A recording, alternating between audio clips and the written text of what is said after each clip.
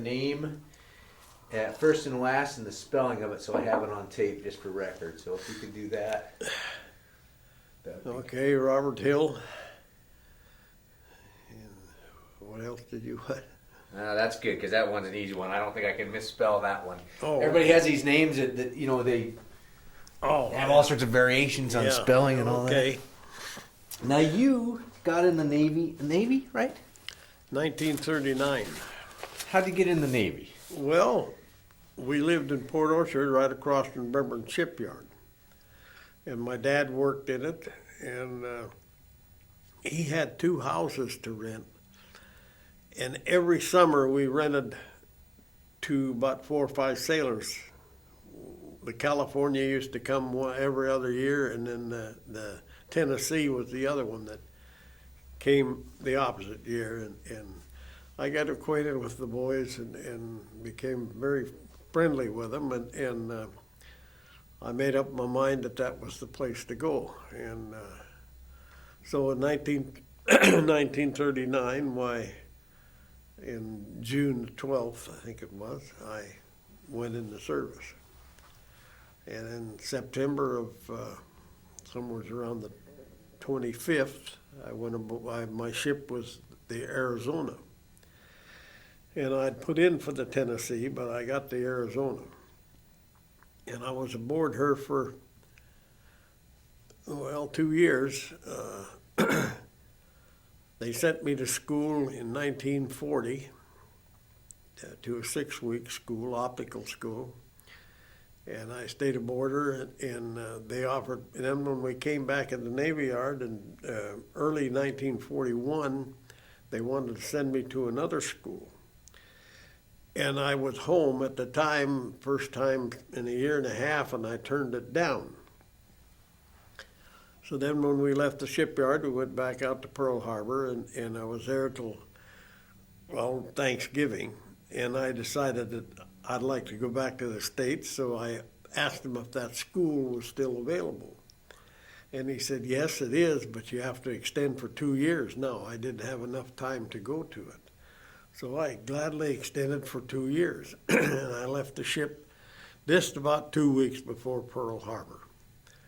And I figured the Lord had his hands in that.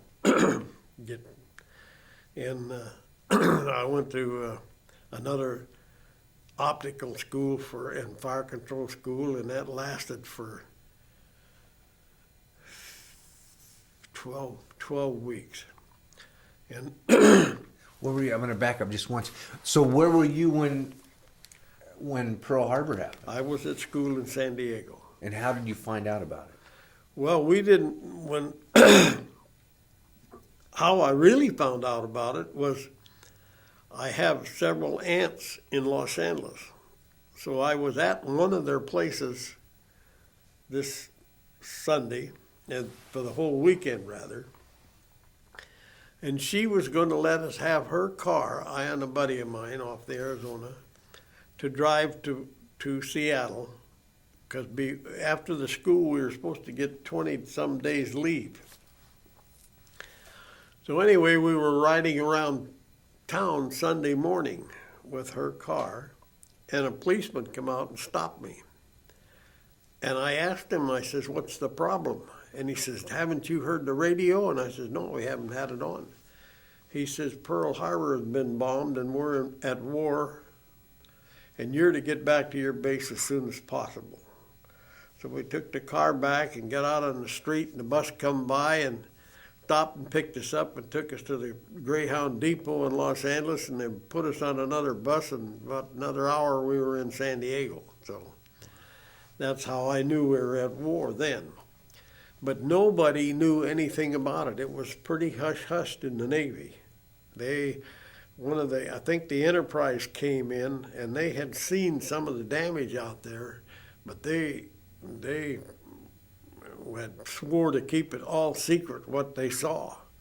And they would have gotten in trouble if they'd have told anything, so we really didn't know. All right, there was probably 30 sailors in that school. Well, when the school ended about the first week of February, everybody went back to their ship, all but 4 of us. And the 2 guys off of the Oklahoma, they said, you don't have a ship to go back to. And I and my buddy off the Arizona says, you don't have a ship to go back to, so you have your choice of ships and where it's at. So I'd never been on the East Coast, so I picked the Massachusetts and Boston. And my buddy did the same thing, and the other 2 guys, they went to the Indiana. But that's the first time we knew that we had lost our ship in the war. Wow. So that was December to February. That was clear to February before we knew anything about it. Wow. And because it was pretty tight, and of course my mother came down right after the war started. She knew where I was, and came down, well, to my relatives down there, and they brought her down to the San Diego Naval Base, and then she got an apartment for a couple, 2 or 3 weeks, and I stayed with her, of course, and then she went back home. But we had friends that came out to the Navy Yard that were shipped out there from Puget Sound to work on some of those ships, and one of them, especially when he saw the Arizona, he figured I was still on it. So he never knew, but that's how we got started there. Did you realize at that time how lucky you had been? Yes, like I said, I'm sure the Lord protected me there.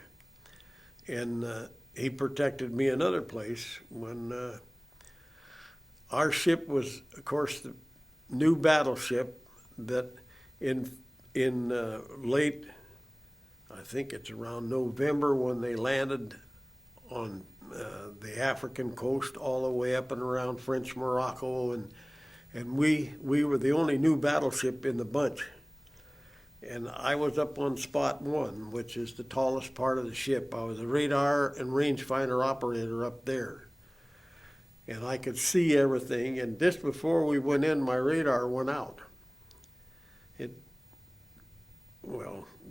Something happened anyway. And I had to get back on the rangefinder, and I could see it all there. And we, at that time, they had thought the French Visi would side with us. So they sent an officer, as I understand now, I can't prove it, but I've got little chirps here and there, that they sent him with a suitcase full of money over to Vichy, France, in Casablanca, to try to buy the Vichy off, that they would help us. And they turned them down. Well, they had the new battleship, the Jean Bart, was there, and she was sitting on the ground. She wasn't completed, but she was sitting on the ground, tied to the pier. And she fired back at us twice before the admiral said, "Play ball," which was the password for, or the secret word for firing back, to go ahead and the first salvo she shot at us, the ball went through the flag, and it wasn't any farther than that baby right there behind us. And they're 15.9 inches, and they weigh close to two ton, those things. And if they'd have hit our spot up there, they'd have wiped us right off. They're that big. And that's the second time I say the Lord saved me, because we had our hatch open up here, and when that went right over the top of the hatch, it sounded like a freight train going by, and my knees just buckled. I'm standing up looking in the rangefinder, but when they buckled, I was way down, and I looked up at my main battery officer up there, and he was kind of grinning. He says, "If you can hear them, they won't hurt you." And I thought to myself, if you can stand up there, so can I. And I wrapped my arm around my rangefinder, and the next one that went by was just about the same. It landed right in our wake as we was making a turn.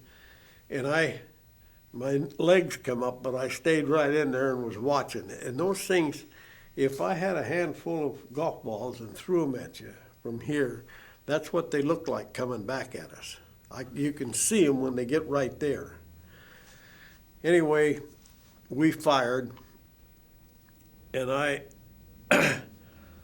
I had a very good eye on that rangefinder, and we hit the pier right alongside them because we were making a turn, and I had the exact range, and we cut off their power. They was getting all their power from the bridge, or from the dock. And of course they couldn't fire anymore, and we fired at them, kept firing at them, and they found, well, a lot of our shells weren't exploding that should have, because we had old ammunition that was made years ago, just like the torpedoes in the Navy. The first few torpedoes, the poor submarine guys could see them bounce off of the ship. They wasn't exploding. And they had to go back in and start building stuff that would work, you know. And it was the same as those shells. And when we got back from Casablanca, we had 13 shells left, I think, for the main battery. And they took them up, and I guess half of them weren't any good either. So we had to get a new bunch of shells. But that was the only real part of the war we were really in. We were being fired at from everything. We sank. A big cruiser ran right up on the beach and rolled over, and we got 3 flotilla leaders we sank. I could see them in the rangefinder. I could see where one split in the middle, and I could see the stern and the bow going down, and another one I didn't even see. After the debris cleared, it was gone. And I watched all that stuff. We were firing at them, and that was the biggest part of the battle we were ever in, because they were all firing back at us, but they never touched us. And then we came back after that and went to the Navy Yard, and from there, I think they said they cut about 2 inches of liner off our main battery, our 16-inch barrels. The liner, as the shell goes out, keeps pulling that liner out. And they chopped, all they do is cut it off. And then we came out to the South Pacific, and we start getting in the fracas out here. And we bombarded Japan twice and never got a shot fired back at us. Now, how far away from where you're firing were you, like bombing Japan? Well, Japan, we were shooting about 30,000 yards, which would be about 15 miles. And we were actually, the last time we were actually firing over a mountain and dropping them in on the ironworks and the railroad center. It was big ironworks. And we had three other battleships with us, and we were all firing over. And our airplanes were up above. We have the 3 airplanes that were on our ship. They're slow. They're just seaplanes is all they are. And they would be up there and spot where we were hitting. And we'd change it on the rangekeeper, wherever. And see, they have a piece of paper about so square, grid, with about 20 grids in it with a number on each one. And when he sees down there, he guesses which number that's hitting. And we look on this, and if we want to hit number over here, we add so much to the bearing or so much to the range to get there. And that's the way that works. And when we start hitting that spot, he says, "You're right on, keep shooting." And they keep shooting till there's nothing left of that area, you know. And when you take 4 or 5 of those battle wagons, all with 9 guns on them, shooting at them, you know, like that. And it didn't take long. We cleaned that whole thing right out, right over the top of the mountain there. So do you even, 15 miles out of it, do you even see land? Or you just... Oh, yeah. So you can see At 30,000 yards, you can see the top of a ship out there. They call them hull down, what they say. And you can see the top. And you fire at them if you want to, and you know, you can tell whether you're hitting or not. But on the land, a lot of times on some of the islands, like Kwajalein and Tarawa and Nauru, and Majuro, I guess, you can see we're practically within, maybe 13 miles, and 26,000 yards, and you can tell. I remember one time at Kwajalein, we hit what they thought was an ammunition dump because it had a terrific explosion. Went up in the air. It must have went up in the air 500 or 600 yards, and I remember the admiral hollered over the loudspeaker that he says, "You hit the jackpot there," and because on on our ship, wherever we were, especially if we're controlling fire or doing that kind of stuff, we have what they call a TBS in there, and it's a talk between ships, and we could hear the Army talking and the Navy talking and everybody talking on this, and like, for instance, I'll never forget a couple of, well, I don't know how many soldiers were in the tank itself, but they were going down a road, and the general or somebody was telling them, "Turn around and come back," and one of them in the tank says, "Hey, there's a naked woman out there," and the general says, "That's a decoy, and don't go near it." And evidently some of them did, and as soon as they stick their head out of the tank, it gets shot by a Japanese. Would be off to the side, and that would be a live naked woman out there, and that's a decoy they used, and they were using all kinds of stuff like that. And some of those guys learned the hard way, But What's it now? So when you were over in the South Pacific, you're on which ship again? Massachusetts, And that's what class? a battleship. Battleship. So what is it like to be sitting out there? I mean, can you describe what it's like when you fire those guns? Well, if you fire them all, 9 of them, dead up on the beam on the side, it will actually push that ship about a foot through the water. Like you'd be going this way and you fire them all and it'll be out here like that, And it rolls just a little bit, but not very much. And no, you get used to that. The big guns are easier to fire than the little ones. The little ones would drive you crazy. The big guns are just a big rumble, and you can feel the ship shake. But the little 5-inch, like when they bombard with the 5-inch, they'll go bang, bang, bang, bang, and you're just getting settled when it bangs again, and they're a sharp crack. And the smaller they are, the sharper they are, I guess. But the 5-inch, when they fired at airplanes, that's something else. But when they bombarded with a 5-inch, that was kind of hard on the crew. But at fire, when they get to firing the planes, I got some pictures in there. It'll show us a whole basket full of shells out there, and they fired, and of course those shells, come up and they pick them up out of there and jam them in, and goes as fast as they can. They've got turrets or mounts now that are fully automatic, that once they're turned on, that thing will shoot about 35 or 40 rounds without anybody having to touch it.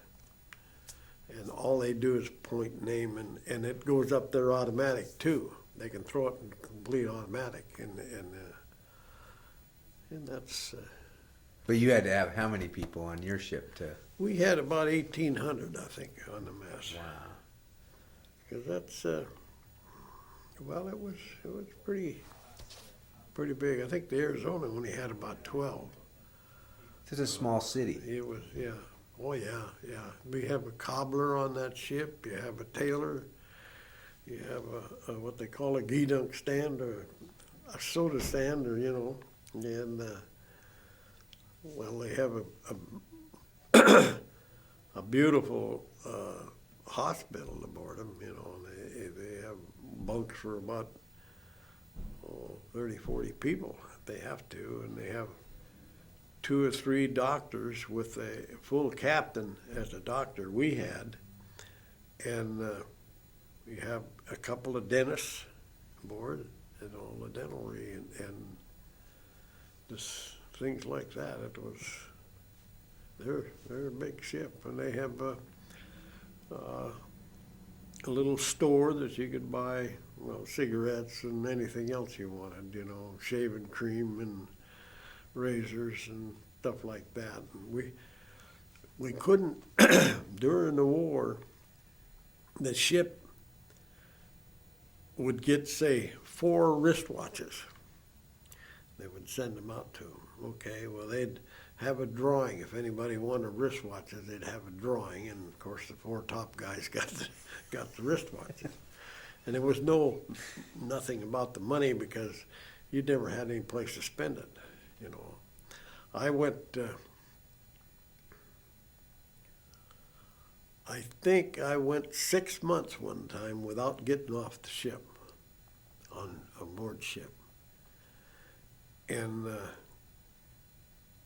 you just, like I say, you had no place to spend your money. Just another day on the boat. Yeah.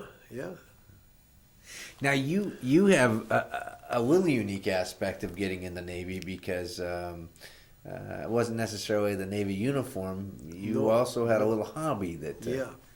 Tell me about how that all...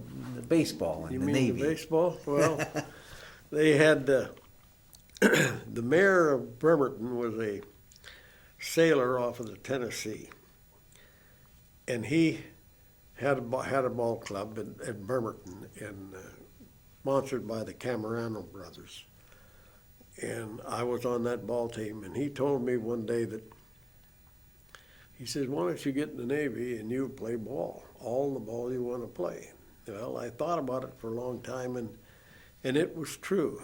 When I got in the service, when I went aboard ship in '39, we were still playing ball, and I just happened to make the ball club right then, and of course we played practically all winter. And in the spring, when we were playing, and we had a fellow step out of the crowd and talked to our first baseman, and he says, I want you in that shortstop. That's where I played.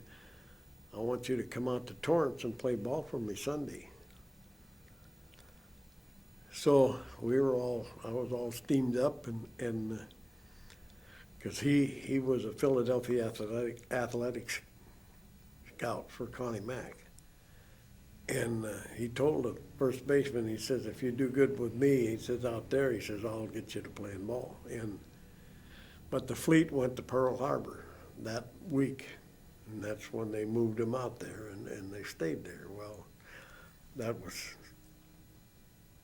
part was gone. But we played ball. We played ball just about every day. And we played I remember we played the Oklahoma for the Battleship Championship out there, and we lost 2 out of 3. But and then when winter came, and then we came back when I came back to the States. But I really enjoyed playing ball, and of course I got pictures in there. One of them where we won the softball championship playing the battleships out at, we were at Kwajalein, and all of the battleships were in a series, and we won. Well, in that time they were drafting guys. They were professional ball players. I don't know if you know Bob Feller. Okay, they drafted him and made him a chief specialist is what they did. And they took charge of that kind of stuff. Well, he was aboard the Alabama. And, of course, when we won the championship, he and our coach picked an all-star team to play the All-Star Army team out there. And that's how I got to know him. We got pretty well acquainted. Anyway, I played on that team, and we played the Army. I think it went about 21 or 22 innings, and we finally won 1-0, something like that. And that was a bright thing on the side, you know. But that's about all the ball playing we got to play anymore, you know, because we were going to see too much after that. That was really the first part out there. But the last 2 years, we were really going like, well, for instance, the last 2 months, we went to sea for 45 days. And we came back in because they were going to send us back to the yard. Our yard time to go to the Navy Yard. And we were only in for 2 days. And we gave all our spare parts and most of our groceries to the other ships, and because we were headed back. Well, just about that time, Japan started capitulating. So we stayed at sea for 77 straight days. We were 45, and we were only in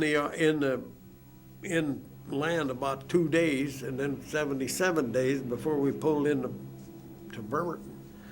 So I was a little tired of the sea about that time. That was a good 4 months of it, you know. But that's the story. And then after the war, they talked me into going back into the reserve. So I stayed in the reserve till I retired out of it. And that was the story of my career. Huh. So the ships that were these cities, they had a number of activities in it, sounds like, besides baseball. I mean, oh, yeah. Well, whatever. They had football. Like the Arizona, I remember, had a football team.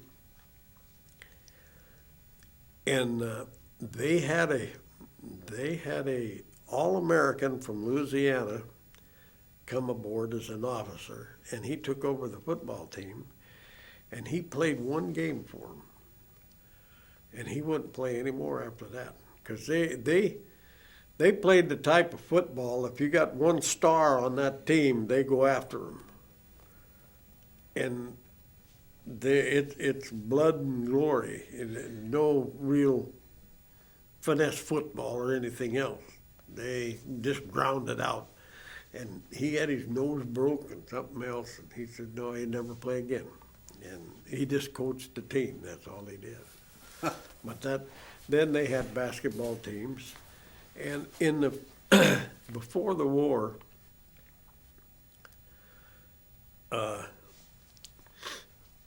if you were a good athlete, they set you up pretty good aboard ship.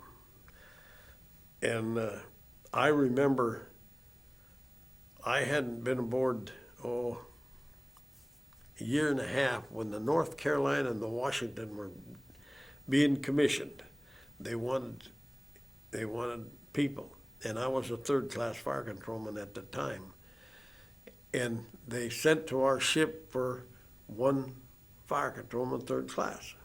So I put in for it, and they said, okay, go ahead. And they had my orders all written and everything, and the baseball coach was a lieutenant, and he found out about it, and he went down and ripped up my orders and sent somebody else.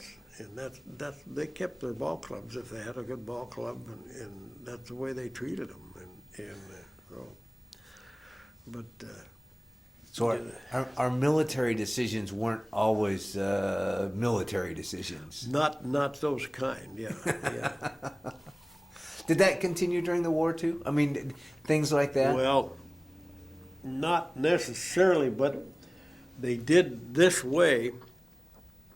The good people under you that did their work, you didn't transfer them. I did. When I became chief, I did. And I've got a letter to prove it. But anyway, for instance, just at 1942 on the Massachusetts, when it was first part of 43, I was a first-class fire controlman, and I had the 40 millimeter battery first, and then I had the main battery to work with. we got a transfer from Brazil. The shipyard in Brazil were using some of our equipment. And they wanted a first class to come down there and be a how do you say it? Liaison. Yep. And they would be paid their wage plus our wage, and they would give them a place to stay, and they would work with their people. So I put in for it. Oh, I don't know why, but I wanted to go down there. We had a guy that was a second class, been second class for several years, wasn't hardly worth anything. They made him a first class and sent him down there. And that's the way they did it, you know. And anyway, I made up my mind that when I started getting in control of things, that I would send the good people, you know, and give them all an incentive, you know. And I did. When I became chief, I sent 2 or 3 of my best friends, and they were good people. And they to school and back to the States to school, which would be, and they'd get to go home and everything else. Well, I had 2 people that came aboard that ship, and they just did nothing but clean the floor, or the decks and whatever, the equipment, and wipe it off. And they kept that was that way just about all the war. And finally, at the end of the war, one of them said, hey, you're sending all these guys to school, how about us? And I said, well, you guys aren't doing anything but cleaning the place up. I said, you don't know anything about the equipment. And they said, well, if we start doing that, will you ship us out? And I said, hey, the war's just about over now. You might as well keep on doing what you're doing. Okay, that was back in 1945. About 2 years ago, I got a letter from one of them. And he said that he said in that letter, he gave me all the credit for his success. He said, you straightened us out. He said, I admire you. He said, I'll go on by what you said. He said, I went to college after I got out. He said, and I have a family and a successful job and everything. He says, I give you all the credit for that. And I was kind of taken by surprise, you know. Wow. After all those years to track you down and to make the effort to. And it just today that I sent him a card, I remembered who he was, because I hadn't remembered his name and I couldn't place him. But it goes like that, I guess. That's it. So many. That's the one thing when you look at your full life, and you look at World War II was actually this much of it. But I hear of these amazing camaraderie ships that were built, friends that. Did you run into that in the Navy or? Yeah, I had a couple of guys that we kept in contact for several years. One of them worked for Swift and Company. I don't think the Swift and Company still exists. They were a meat packing outfit back in those days, and he was pretty high up. And that guy couldn't even change a spark plug when he came aboard ship. And a very devout young man, and I don't know, I just took him aside and worked with him, and when about 2 years later, he took the 40 millimeter battery over himself. He was in charge of it because he knew all about it. And we had 12 quads. That was a 40 millimeter battery with 4 guns in each quad. And the automatic drive and elevation on them, he had kept that up. He knew how to do that. And of course, I transferred him to a school, and he got to see his wife, and we kept in touch for, about 10, 11 years, I guess. And another one was, I think it was insurance business. He was supposed to have about 20 gals under him, they said, and we kept in touch with each other for quite a little while.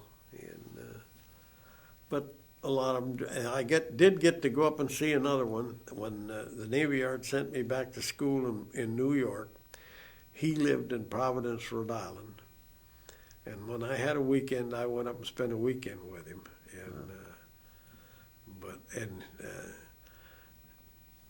that was the last time I got to see him, and I think he's passed away by now. But anyway, a few people that I saw, and another good friend was a chief, the chief commissary Stewart. He lived here in Tacoma for,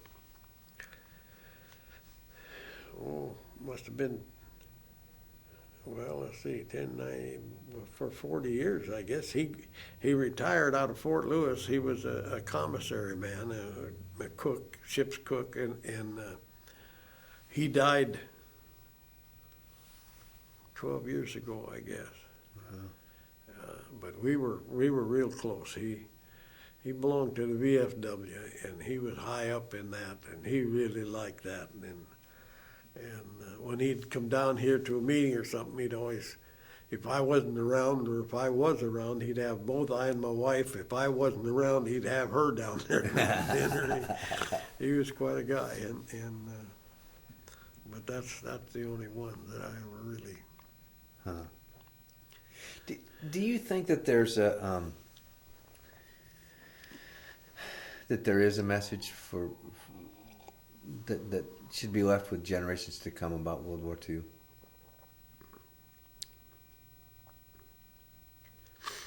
Well, I heard you ask that fellow that was here the same thing, and I got to thinking about it, but I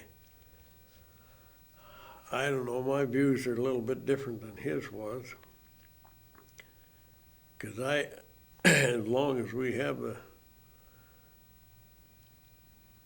people over in some of those countries like we do, I'll always be afraid. I don't think that, because some of them don't ever think for themselves, I guess. They don't have the liberty that we do.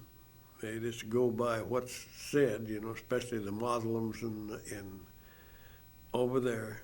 I mean,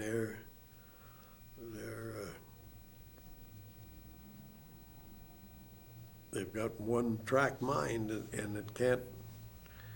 I mean, some of them, death doesn't. It was just like the Japanese at the time of the war. Life doesn't mean anything to them. And I think the Japanese were just like that. The kamikazes and those things, life didn't mean anything to them. Some of those soldiers will tell you that on some of those islands that those guys would keep charging and they'd keep shooting them down till they had them stacked way up, and they'd still keep going over the top, And I think that that's the way with a lot of those countries. Deep China, for instance, I just don't trust any of them. When you went to war, because it's kind of interesting because you saw both the European front and the South Pacific. And so when you were out there, who did you see as the enemy, or what did you see as the enemy? Well, we never really, the Japanese were the only enemy we had at that time, and out in the South Pacific. And like I say, they didn't fear death. They were doing it for Tojo, and it was an honor for them to die. Whereas the difference between them and the Germans had enough sense to surrender when they were in a place, where the Japanese hardly ever surrendered. And that, when you get those kind of people, it's still the North Koreans and the Chinamen, and when they come down on South Korea, that bomb didn't mean much to them. I mean, in Vietnam, the same thing. They haven't got enough education to want any liberty, and I kind of think sometimes that we have too much liberty. You know, it just burns me up to see somebody burning our flag. Boy, I tell you, if I was close to somebody that did that, I don't know what I would do. I really don't, because, well, we fought for that flag. And then you got people here that can do that to it, you know, and have that liberty to do it. That's too much liberty, but then that's what we're based on, that liberty. And these other countries, that they must have laughed at us something fierce over this last presidential election. You know, how Florida went and everything. But there some people, like I say, the Germans had enough sense to surrender when they knew they were whipped. But some of those countries, I don't think down there would ever surrender. I think they just fight right to the death. And that's the part that scares me most. I don't think any of them learned a lesson, really, because I think they have atomic bombs too. And the only thing is that when one of them shoots one, the other one's going to retaliate. We're just liable to wipe her clean, is the way I feel. We got submarines out there that's aimed at different places, you know, with the big Poseidon missiles, and they've got them now too. And that's So you don't. It sounds like you don't think that the history has educated us well enough.